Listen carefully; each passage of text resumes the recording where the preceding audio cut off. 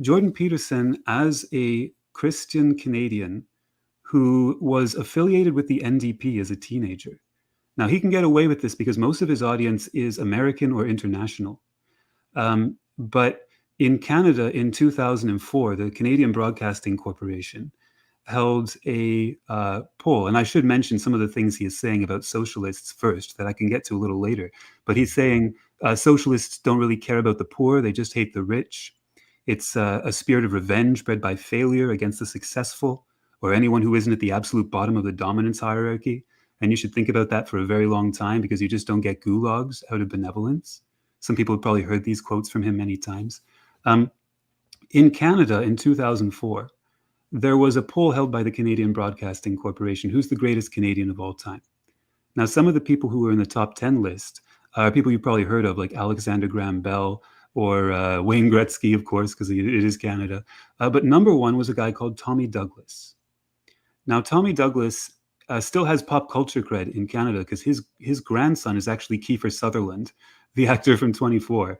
And if you go on YouTube, you can see interviews with Kiefer Sutherland introducing animated films to Tommy Douglas's speeches and his Mouseland speech, which is this allegory about a country of mice electing a government of cats. But Tommy Douglas was a Baptist minister in Canada who was very involved in the plight of the poor in the first half of the 20th century. And that got him into socialist politics, and he became the Saskatchewan leader of the CCF, the Cooperative Commonwealth Federation. And from there, he became the first leader of, from there, he got elected to the first socialist government in North America in 1944, and then re-elected and was Premier of Saskatchewan for 17 years. Then he became the first leader of the federal NDP. And he led the NDP from 1961 to 71. That was the Social Democratic Party the CCF morphed into.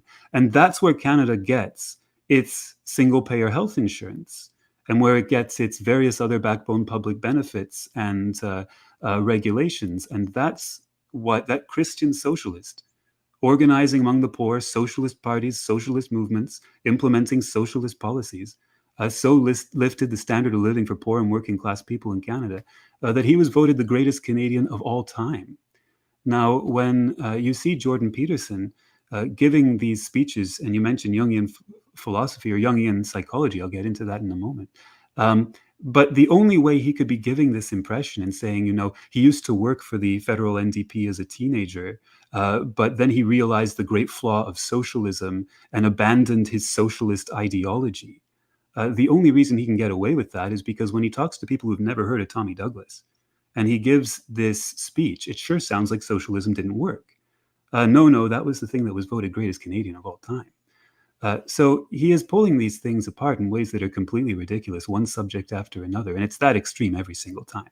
And I can go through a long list of examples.